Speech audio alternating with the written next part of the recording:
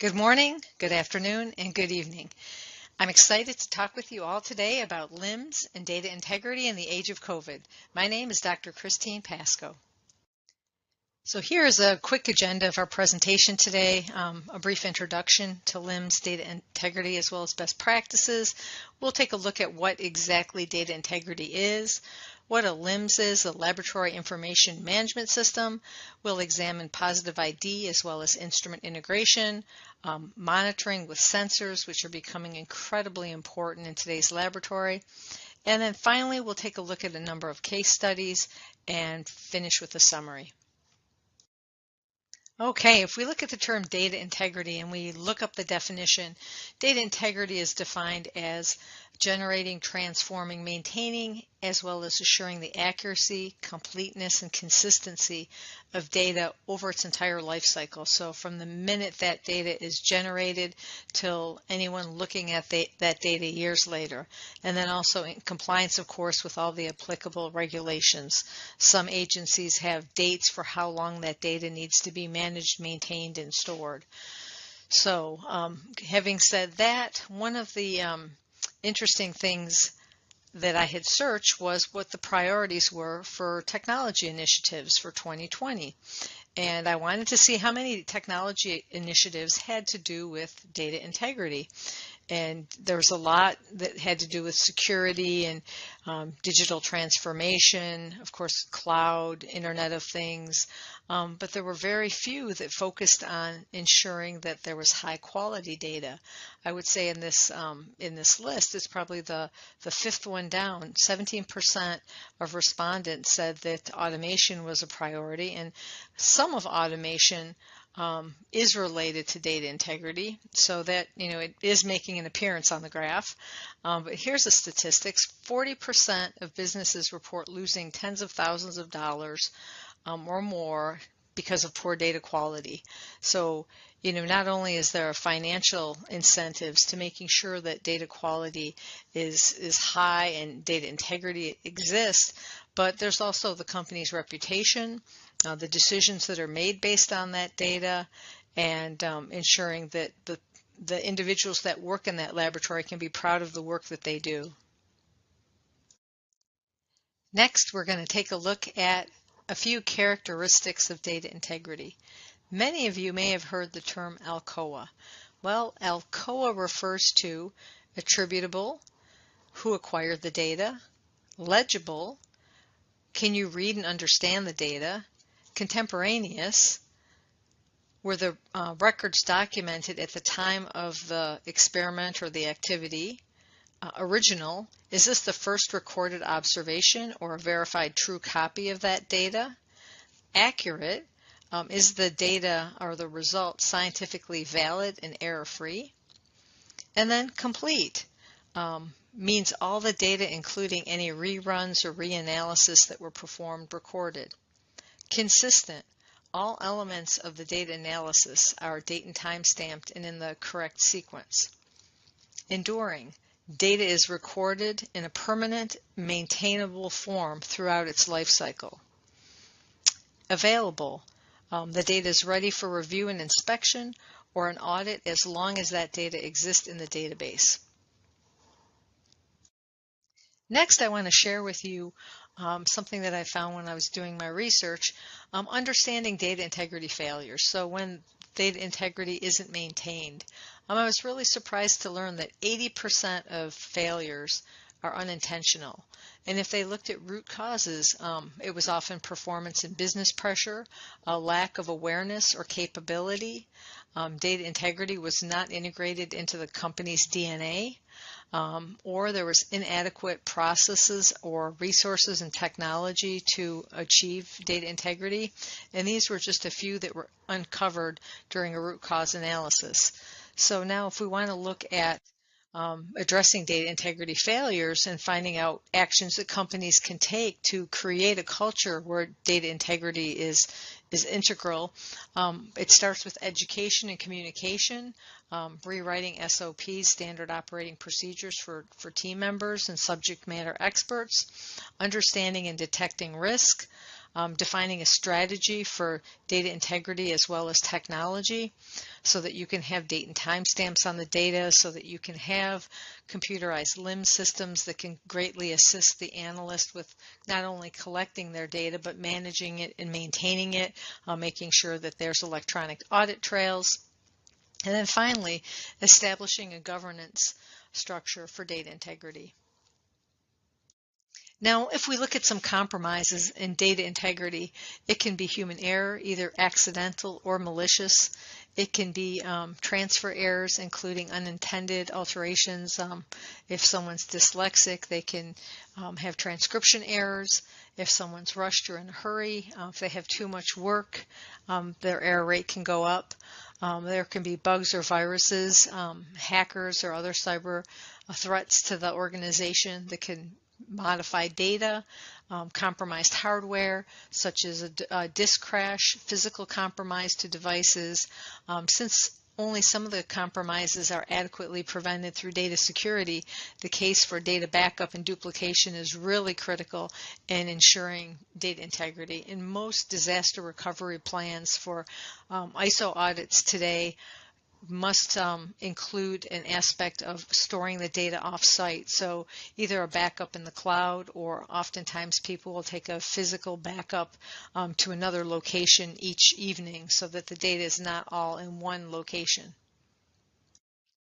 Now, if we look at LIMS and this overview slide of how a LIMS can help promote data quality, we see that the arrows are points where the LIMS can really strengthen data integrity. First off is positive ID, so leveraging barcoding, whether it's 1D or 2D, or also RFID, making sure that the samples are adequately tagged so that they're not lost and they can be traced around the laboratory.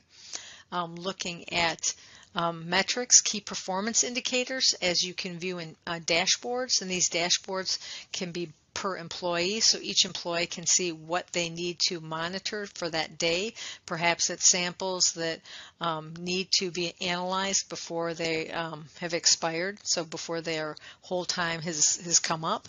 Looking at reports, so being able to have a final copy of the analytical result, or it could be a work list report that goes to an analyst. So all these are tools that will help the laboratory stay on track, making sure that they manage and maintain the data properly.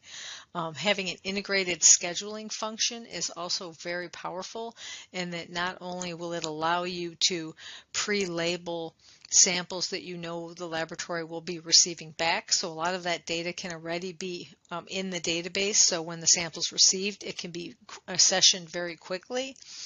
Schedules are also very good for setting up automated reminders for things like employee training records when training will expire, so that you can schedule retraining. Also for instrument calibration, if an instrument's going out of calibration, you don't want to wait till the day it's going to be uncalibrated or the day before. You want to make sure that you have time to plan. Looking at instrument integration, this allows data to move electronically from the instrument right into the LIMS. Some of the more modern LIMS or more modern instruments will also allow the LIMS to send the work list to the instrument. The instrument's loaded in the correct order, the samples are run, the data is generated, and it's sent back to the LIMS. So because that entire process is electronic, there's no room for transcription errors. And then also integration with third-party applications, whether it's SAP, an ERP, accounting package. So again, you're moving that data electronically and reducing errors. And then the ability to have a tablet where you can collect data either at the bench or in the field. And again, you're eliminating paper, you're introducing an electronic audit trail. People must log in with their credentials, so you know that does what by when, and you have that traceability. And also if results are changed, you can see who changed them and why. Next, we're just going to quickly talk about instrument integration. When you have a LIMS system, it's just smart. It has a very fast return on investment. It avoids duplication. It increases your accuracy and your throughput. And it also translates into higher employee satisfaction because they don't have to re-enter data from instruments. Now, the way it works is really pretty straightforward. Instruments will output files in a number of different formats, whether it be a CSV, comma separated value, an Excel format, XML, what have you. And you basically take that instrument output file and create a parser that takes that data output file and puts it into a format that the LIMS is able to input. So some of the modern instruments also have the ability to receive a work list. So in those cases, the LIMS can generate a work list that's sent to the instrument's loaded, the samples are run, the analysis results are sent back to the LIMS, and it can all happen very quickly because it's all electronic. Laboratories can also set up parsers to import data from contract testing laboratories. They can implement barcodes on their work list to very quickly load instruments so that that data can very quickly be electronically uploaded back into the LIMS. And you can also have an error log so that if there are any problems, you can investigate those. But it's a very efficient and effective way to do your work when you have a very high throughput laboratory especially. Next, because laboratories are such dynamic places, having the ability to leverage sensors for remote monitoring is huge because it eliminates paper in the laboratory, no more paper temperature charts or hand recording of temperatures every morning. The sensor in the piece of equipment, whether it's an incubator, fridge, freezer, what have you, it'll take readings every 15 seconds, record that to the cloud, and also it can be averaged and placed into the LIMS automatically so that a task that would take an employee a few minutes each morning can very quickly be eliminated. And you can also get real-time alerts if there's a problem with a piece of equipment. So really it's cheap insurance and also provides regulatory compliance and one less task that the analysts need to worry about. Okay, we've just talked about a number of ways that LIMS and laboratory automation help laboratories maintain their regulatory compliance as well as increase efficiency, productivity, as well as profitability. Everything from positive ID, sample tracking, leveraging barcodes, having that traceability within the laboratory, data entry being automated with instrument integration, being able to set up calculations that can be verified and validated and then locked so that only the LIMS system administrator has the ability to make any changes, again with an audit trail, the ability to perform statistics on that data, having a very sophisticated sample scheduling function that will allow you to set up reminders for when equipment needs calibration or employees need retraining is wonderful because there's so much information to keep track of if you're managing a laboratory. Making sure that specimens and supplies are stored at the correct temperatures with the temperature monitoring solutions, and then also having an enhanced communication throughout your laboratory because you don't need to run around from section to section. You can just log into the LIMS and check on the progress of the analysis of a sample. And then finally, the ability to have automated reporting so this manual task can be eliminated. Next, we're going to examine 3 data integrity failures related to the COVID pandemic. First, we'll examine what happened when the CDC created a COVID test kit. Then we'll look at the rejection of sampling kits by the Canadian government. And finally, we'll look at challenges with vaccine development. The U.S. government, via the CDC, was tasked to create and distribute COVID testing kits to all the health departments throughout the United States. Headlines soon appeared that the CDC had botched the coronavirus testing.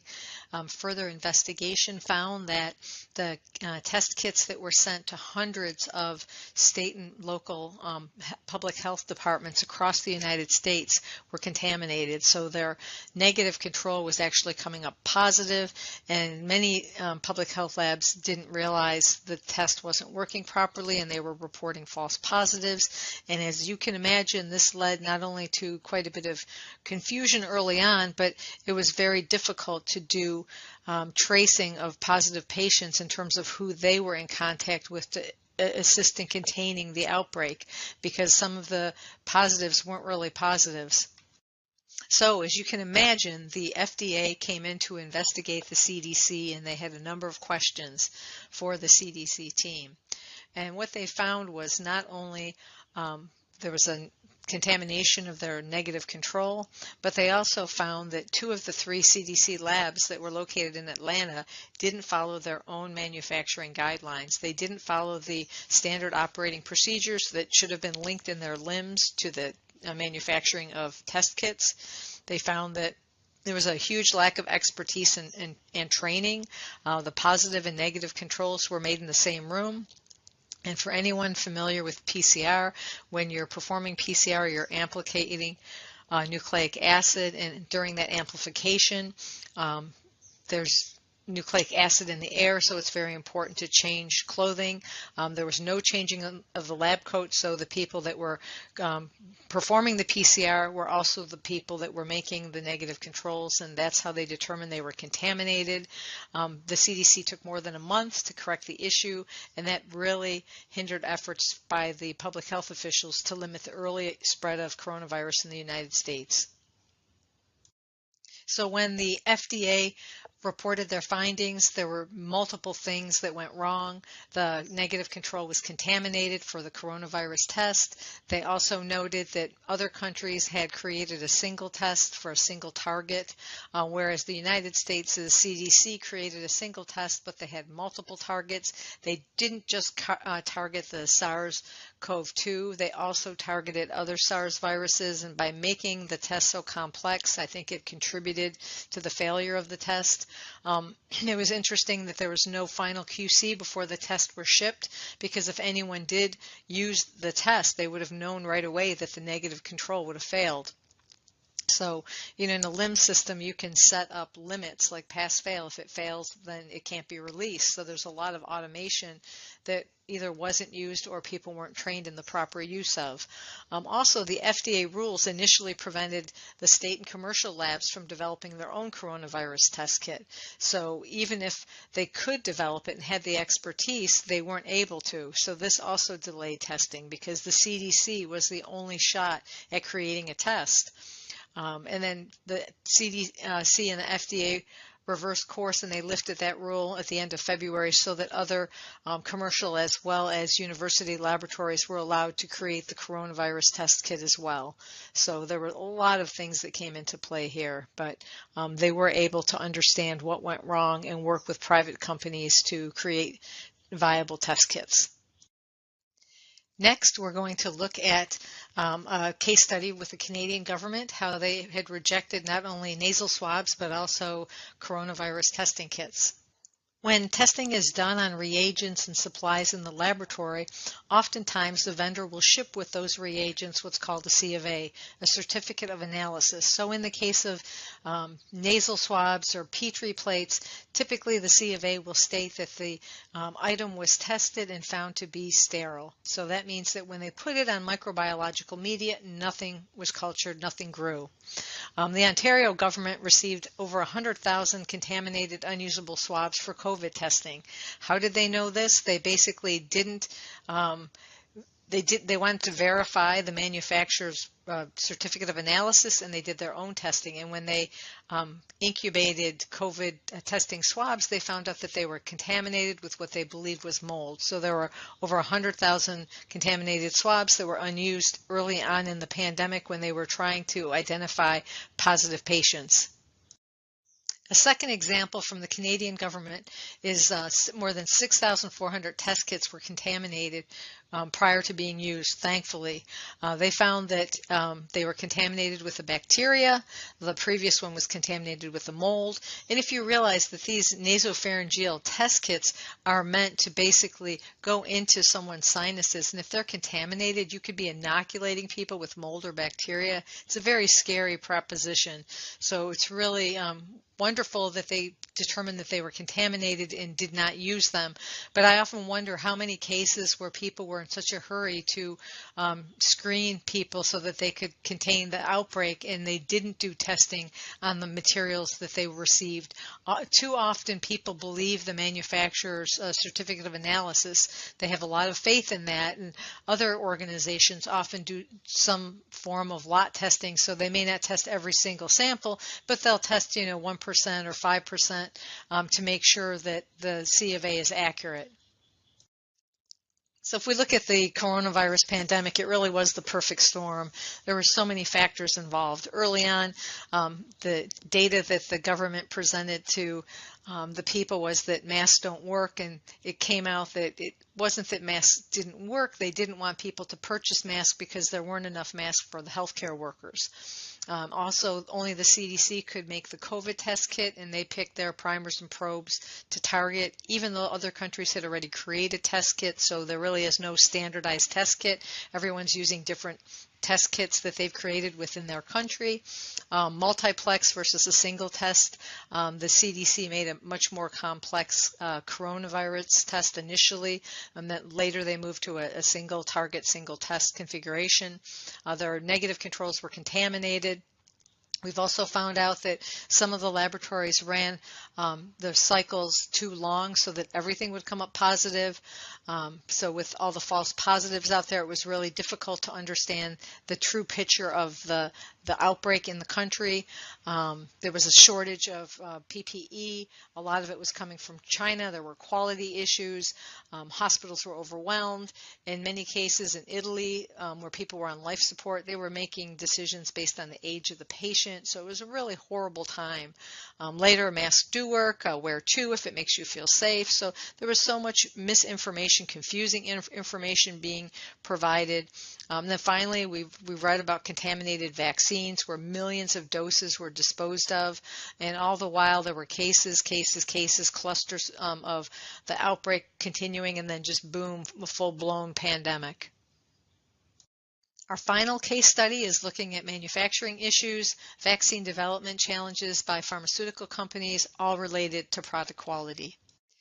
There's a manufacturing facility called Emergent. They were located in Baltimore. They were actually making the vaccines for both Johnson & Johnson as well as AstraZeneca. As you can imagine, the FDA began to investigate once again, and they found that the facility in Baltimore had numerous challenges that they were dealing with. The vaccines were released to ship, but no one really could attest to the quality of the vaccines. They were sent to Canada and Mexico. AstraZeneca's vaccine that was made at the same facility as the Johnson & Johnson vaccine was made, they discarded millions of doses, and they said that because they were potentially contaminated. I don't know if any data is going to be available because the CDC or the FDA is still investigating, but they had over 15 million doses that were discarded because of contamination. What the FDA did report is that there were problems with disinfection practices, the size and design of the facility, the way in which the workers were handling the raw materials, and also training of the workers.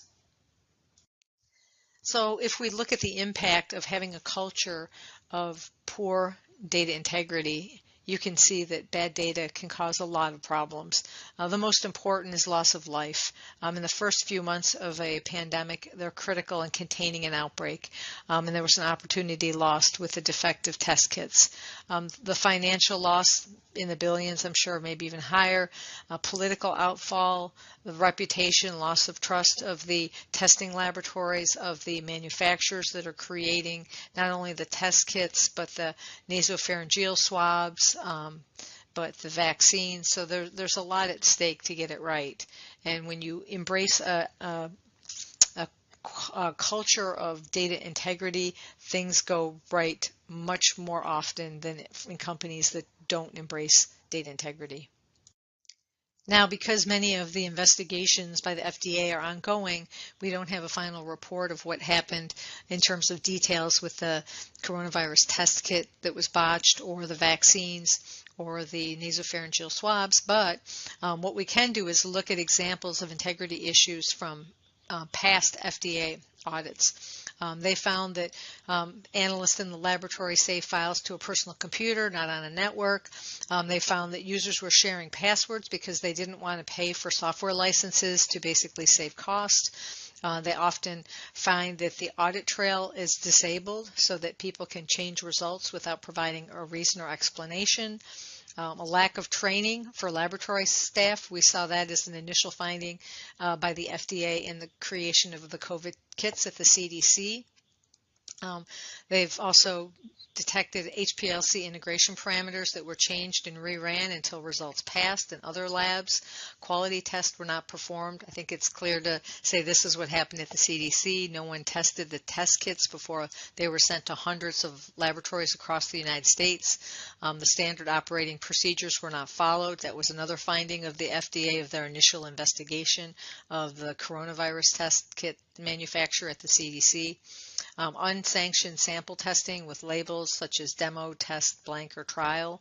Inadequate access control. So when you have a LIMS, you can basically give analysts different roles within the LIMS, and you can assign them privileges. So an analyst can maybe enter their results and validate their results, but they're unable to approve them. That would be a supervisor, and that's just an example of having peer control or peer review in your laboratory. So those were not configured or were configured improperly. Users were logged into a shared account so that they could change data without understanding who actually changed the data. So there are a number of ways that people can get around controls that are put in place to have good quality solution. Now, if we look at a few methods that would support data integrity, one under best practices is to execute a risk-based validation. So what is this? It basically takes validation and puts it into three categories. Say high, where a failure would severely affect safety or quality process. Medium, a failure would have a moderate impact on the safety and quality processes. Or low, where a failure would have a minor impact on patient safety or product quality. So by using this matrix, you can basically define steps in your process that require more attention versus those that may not be as critical. Also ensure that partners and vendors are ISO certified. This basically means that they're regularly audited by an external party to ensure that their quality management system is adhering to the guidelines of the International Standards Organization. So you know that that vendor has a quality system in place versus a vendor that you found on the internet and has no quality system and no certifications. Look at the audit trail reports of the LIMS. How often are results changed? Is it something that happens very frequently, or does it happen not at all? There's a lot of information to be had in the audit trail report. Looking at the change control process, does the laboratory have one? How does it work? Are the end users trained in this process? Quality IT and validate systems. What role does the information technology team play with the LIMS? How do they help the laboratory? Do they have documentation that systems have been validated, that calculations are accurate and concise? Do they have documentation on instrument integration? Where is that data going from the instrument in the LIMS? What fields is that data being placed into? Does the organization have a business continuity plan? So if they lose power or if all of their data becomes corrupt, where's the backup located? Is it off-site?